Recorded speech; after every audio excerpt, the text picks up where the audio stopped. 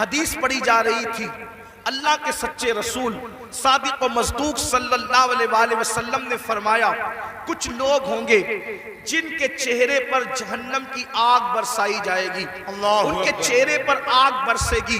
تھوڑا تصور کرنا میرے بھائیوں، میری بہنیں بھی اگر موجود ہیں ان بہنوں کی بھی توجہ چاہتا ہوں، مرد اور عورتوں کی تخصیص نہیں۔ کچھ لوگ فرمایا کچھ لوگ ایسے ہوں گے جن کے چہرے پر جہنم کی آگ برسائی جائے گی۔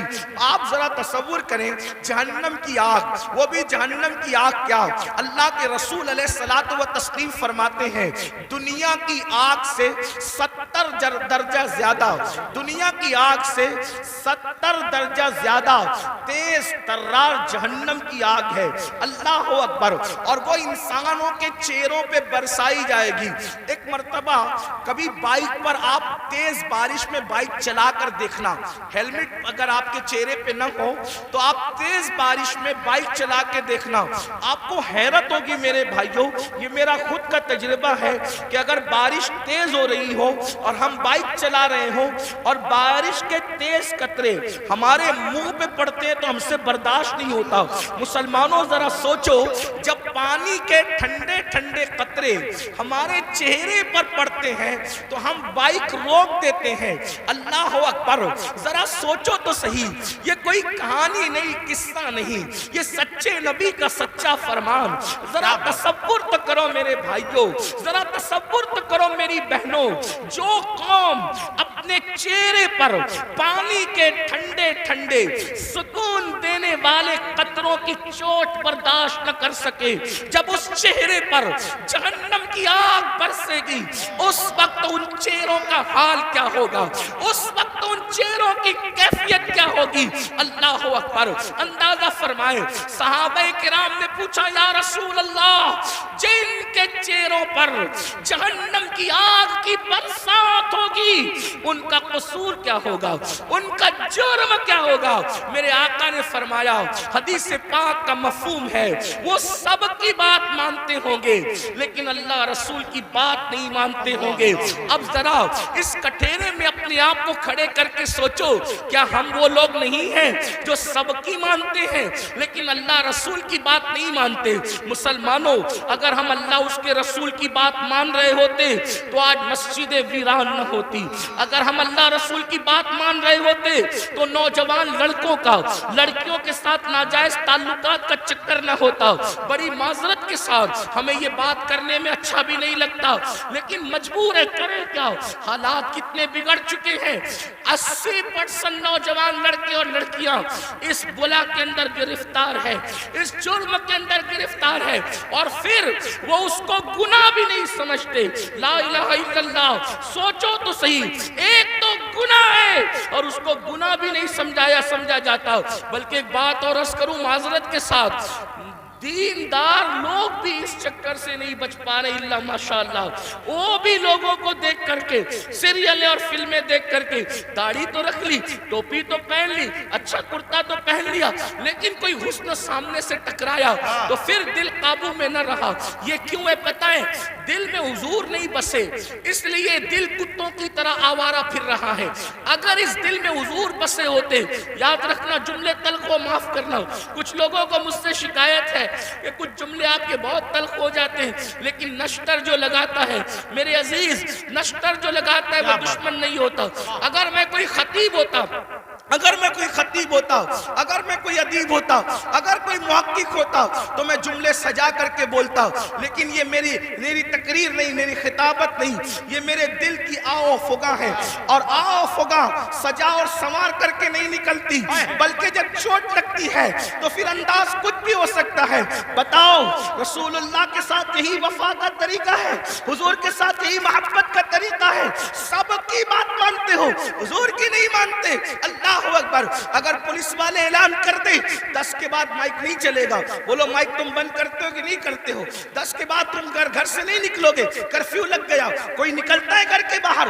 حیرت ہے، اچھا کرتے ہو پولیس کی بات سنتے ہو، مجھے اس پہ اعتراض نہیں، لیکن آپ سے پوچھتا ہوں، پولیس کی مانا اپنے نبی کی کب مانو گے؟ ڈاکٹر کی مانا اپنے نبی کی کب مانو گے؟ اگر تمہارا نام پولیس کی ڈائری میں لکھ دیا گیا جیل جانے کا خطرہ ہے تو تمہاری نیندیں اڑ جاتی ہے. اور رسول اللہ نے فرمایا جس نے جان بوجھ کر ایک وقت کی نماز چھوڑ دی اس کا نام جہنم کے دروازے پہ لکھ دیا جاتا ہے. پولیس کے رجسٹر میں نام آئے تو تمہاری نیند اڑ جاتی ہے. جبکہ کوئی بھاری بھرکم آدمی لے جاؤ تو نام کٹ سکتا ہے, رشوت دے دو تو نام کٹ سکتا ہے, دباؤ لاؤ تو نام کٹ سکتا ہے. لیکن اللہ اکبر, جہنم کے دروازے پہ لکھا ہوا نام کوئی کارپوریٹر کٹوا سکتا ہے, کوئی عالم کٹوا سکتا ہے, کوئی رشوت کٹوا سکتی ہے. کون سے مسلمان ہو, تمہیں تو نیند بھی نہیں آنی چاہیے کہ ہمارا کیا ہوگا, ہمارا حشر کیا ہوگا, کہ ہمارا نام روزانہ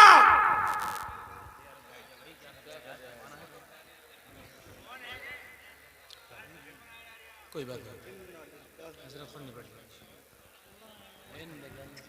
کوئی بات نہیں, روزانہ ایک دن میں 5 مرتبہ, ایک دن میں 5 مرتبہ ہمارا نام جہنم کے دروازے پہ لکھا جا رہا ہے. ہمارے بیٹوں کا نام جہنم کے دروازے پہ لکھا جا رہا ہے, ہماری بیٹیوں کا نام جہنم کے دروازے پہ لکھا جا رہا ہے. نیند کیسے آتی ہے آرام کی, نیند کیسے آتی ہے؟ ہنستا ہے مسلمان. یہ مولانا لوگ کا تو کام ہی ہے. مولانا کا کیا کام ہے؟ مولانا کی ذمہ داری ہے کیا بات حضرت, حق پیش کرے, واہ سچائی پیش کرے. اگر آج تم ہم لوگوں کی باتیں نہیں مانو گے, جب آنکھیں موت سے بند ہوگی تب تمہاری آنکھیں کھلے گی کہ تم کر کیا رہے تھے. اس وقت رو گے, اس وقت رو گے. حدیث پاک ہے مردے پہ زندہ جو روتے ہیں اس سے زیادہ مردہ روتا ہے. اس وقت مردہ روتا ہے, ہائے مجھے دنیا نے دھوکہ دیا, مجھے دنیا کے مال نے دھوکہ دیا, مجھے دنیا کے منال نے دھوکہ دیا. مگر اس وقت کا رونا کام نہیں آتا. فرشتے اس کو طنز کرتے ہیں ظالم. جب تجھے پکار پکار کر کہنے والے نصیحت کرتے تھے ہوش میں آ جا, سدھر جا, سنور جا, اس وقت تو نہیں سدھرتا تھا. ابھی تو گھمنڈ تھا مال پر, ابھی تو گھمنڈ تھا آل پر, ابھی تو گھمنڈ تھا لمبی کاروں پر. قرآن کہتا ہے لا تنس نصیبک من الدنیا. قرآن کہہ رہا ہے او مال و منال پر گھمنڈ اور غرور کر کے اللہ کو بھولنے والوں, دنیا سے اپنے نصیب کا مت بھولو. سوائے کفن کے اس دنیا سے تم کچھ ساتھ نہیں لے کر جاؤ گے. کیا بات ہے, بے شک. کفن بھی کفن, کفن بھی جسم پر اسی وقت رہے گا اللہ راضی ہے تو, ورنہ وہ کفن بھی جہنم کی چادروں میں سے ایک چادر بن جائے گا, آگ کی چادروں میں سے ایک چادر بن جائے گا. دنیا کو دیکھتے دیکھتے تم کیوں آوارگی کر رہے ہو؟ ان کے یہاں مرنے کے بعد اٹھنے کا کوئی تصور نہیں ہے. جو قوم آوارگی کرتی ہے وہ سوچتے ہیں مرنے کے بعد ہمیں آگ میں ڈال دیا گیا, قصہ ختم ہو گیا. ہمارے یہاں قصہ ختم نہیں ہوتا, پیدائش سے قصہ شروع نہیں ہوتا, موت پہ قصہ ختم نہیں ہوتا. بلکہ ایک بات کہوں, ہمارے مذہب میں جو اللہ رسول کا وفادار بن جائے اس کے لیے دنیا جتنی خوبصورت ہے اس سے زیادہ خوبصورت اس کی قبر ہے, اور اس سے زیادہ خوبصورت میدان محشر ہے, اور اس سے زیادہ خوبصورت اس کی آخرت ہے. وجہ یہ ہے کہ دنیا میں اتنا لمبا سفر کرو تو صرف گنبد نظر آتا ہے, اور قبر میں جاؤ تو گنبد والے محمد الرسول اللہ کا جلوہ نظر آتا ہے. نعرہ تکبیر, نعرہ رسالت, نعرہ حیدری, فیضان غوث اعظم, مسلک اعلی حضرت, زندہ باد زندہ باد. اس لیے میں اپنے جوانوں سے کہتا ہوں کہ حج کو جانے سے جتنی خوشی ہوتی ہے اس سے زیادہ خوشی مر جانے میں ہونا چاہیے. کہ حج کو جانے پہ کعبہ نظر آتا ہے, مر جانے پہ کعبے کا کعبہ نظر آتا ہے. ارے زندہ باد زندہ باد. میرے امام کہتے ہیں قبر میں لہرائیں گے تا حشر چشم نور کے جلوہ فرما ہوگی جب طلعت رسول اللہ. کیا مقام ہے قبر کا, لیکن کس کے لیے؟ وفاداروں کے لیے. زانیوں کے لیے نہیں، سود کے دھندے کرنے والوں کے لیے نہیں، عورتوں پر پاپ کی نظر ڈالنے والوں کے لیے نہیں، نرم نرم گدوں پہ لیٹ کر کے زنا کی فلمیں دیکھنے والوں کے لیے نہیں، اپنے مال کو حرام کاموں پہ خرچ کرنے والوں کے لیے نہیں، اپنے مال سے کسی پہ ظلم کرنے والوں کے لیے نہیں، اپنے مال سے فرعون اور فرعونیت جیسے دعوے کرنے والوں کے لیے نہیں، اپنے مال کے غرور میں مسجدوں کو ویران کرنے والوں کے لیے نہیں، علماء کا مذاق اڑانے والوں کے لیے نہیں، علماء کو حقیر جاننے والوں کے لیے نہیں، دین کا مذاق اڑانے والوں کے لیے نہیں۔ جو نبی کا وفادار ہے اس کی قبر جنت کے باغوں میں سے باغ ہے، حضور آئیں گے اور قبر جگمگائیں گے۔ سوچو تو صحیح، اللہ اکبر، حضور کہاں آئیں گے نہیں آئیں گے کوئی گارنٹی نہیں ہے، لیکن وفادار کی قبر جگمگانے کے لیے ضرور تشریف لائیں گے۔ کتنی خوبصورت ہے مومن کی موت۔ میرے امام کہتے ہیں جان تو جاتے ہی جائے گی قیامت، یہ ہے اب یہاں مرنے پہ ٹھہرا ہے نظارہ تیرا۔ تو عرض یہ کر رہا تھا ان کے چہروں پر آگ کی برسات ہوگی جو سب کی سنتے تھے، اللہ رسول کی نہیں سنتے تھے۔ بتاؤ مسجد آباد کرنے کا حکم کس کا ہے؟ اللہ اس کے رسول کا حکم ہے۔ سود سے حرام سے بچنے کا حکم کس کا ہے؟ اللہ رسول کا ہے۔ آج سود کتنی تیزی سے بڑھ رہا ہے، بیاج کتنی تیزی سے مسلمانوں میں بڑھ رہا ہے۔ بڑی معذرت کے ساتھ اتنا لے لو اتنا بھرتے رہو، اتنا لے لو اتنا ہفتے دیتے رہو۔ مسلمانوں یاد رکھنا مال ہی سب کچھ ہے، دولت ہی سب کچھ ہے۔ سوچو تو صحیح، حلال کمانے والے دنیا سے گئے، ساتھ میں کیا لے کر گئے؟ عبد الرحمن ابن عوف، سیدنا عبد الرحمن ابن عوف صحابی رسول ہے، اور کوئی معمولی صحابی نہیں، عشرہ مبشرہ میں سے ہے، اور وہ صحابی ہے جن کے پیچھے کھڑے ہو کر رسول اللہ نے نماز ادا فرمائی۔ چند خوش نصیب اصحاب وہ ہیں، چند خوش نصیب اصحاب وہ ہیں جن کو یہ شرف حاصل ہے کہ وہ نماز پڑھا رہے تھے تو ان کی امامت کی تائید میں حضور ان کے پیچھے کھڑے ہو گئے۔ وہ ان میں سے ایک عبد الرحمن ابن عوف ہے۔ سوچو تو صحیح، غور تو کریں، ایسے صحابی بہت مالدار، ان کے گھر کا سونا پھاوڑے سے کھود کر تقسیم کیا گیا، اتنے مالدار تھے عبد الرحمن ابن عوف۔ حلال کمایا نا، عبد الرحمن ابن عوف کیا لے گئے؟ حلال کما کر بھی کیا لے گئے؟ سوچو، اتنے بڑے صحابی حلال کما کے کیا لے گئے؟ لے گئے کوئی دنیا کا مال؟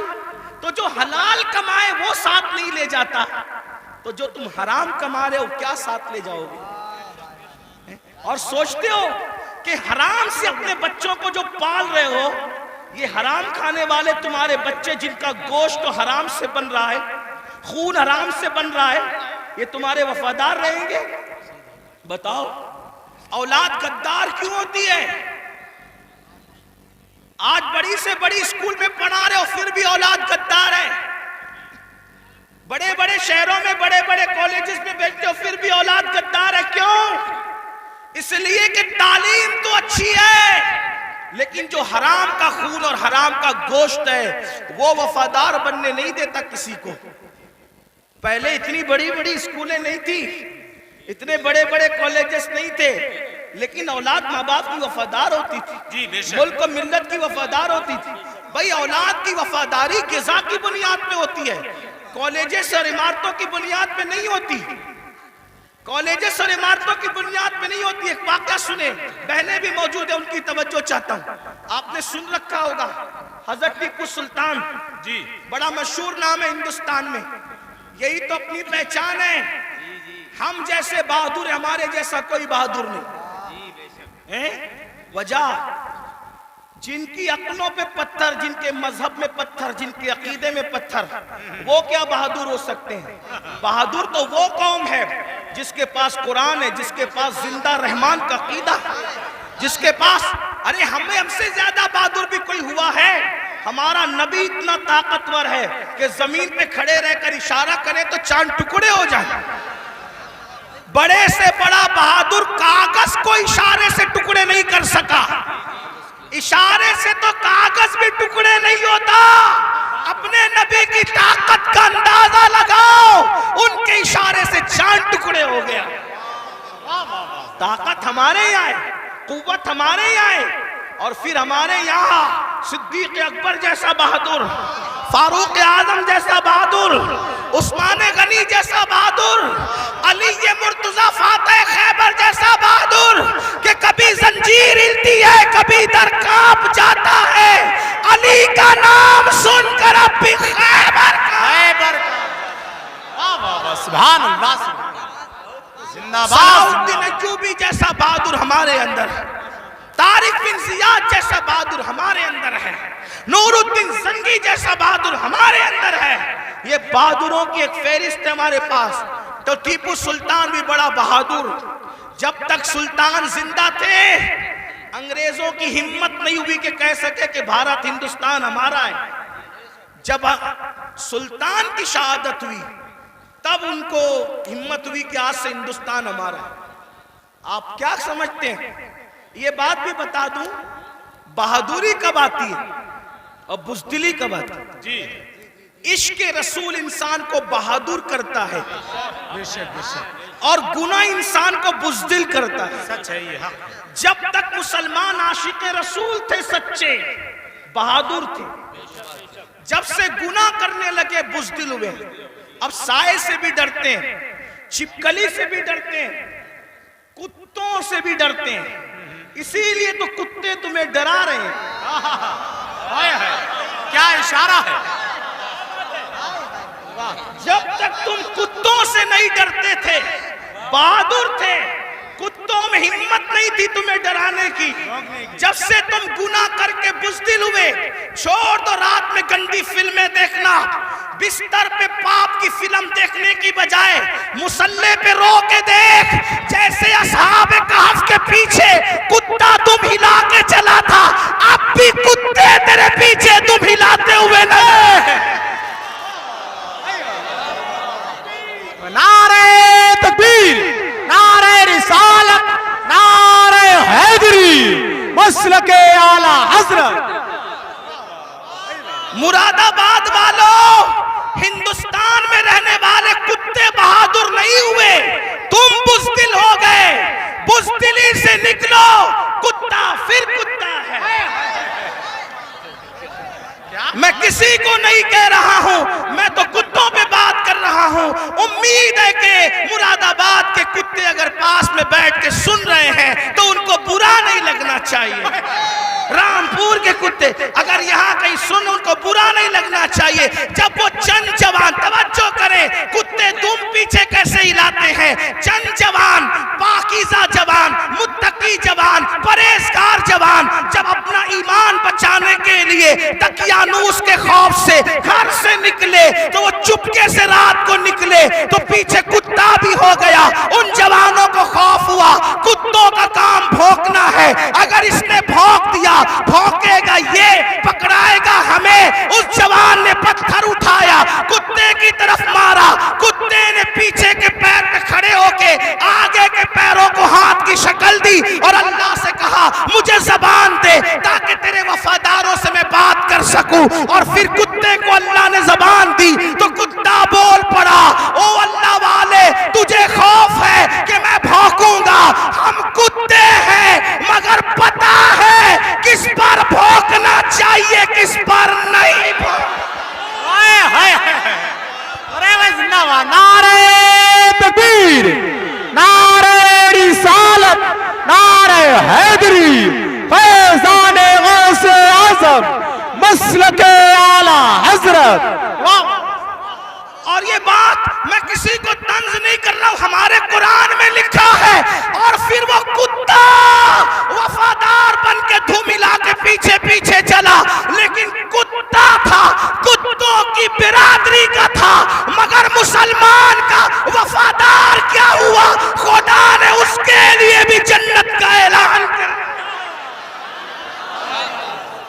پتا چلا تو کتنا قیمتی ہے مسلمان، تو اللہ کا وفادار بن، کتے تیرے وفادار۔ یعنی اگر تو گناہ چھوڑ دے کتے تجھ پہ بھونکیں گے بھی نہیں، کتے نہیں بھونکیں گے تجھ پہ۔ اگر تو سارا مسئلہ گناہ کا ہے، ہنسنے کی بات نہیں، گناہ چھوڑو پھر دیکھو زمین تمہاری فرما بردار ہوگی۔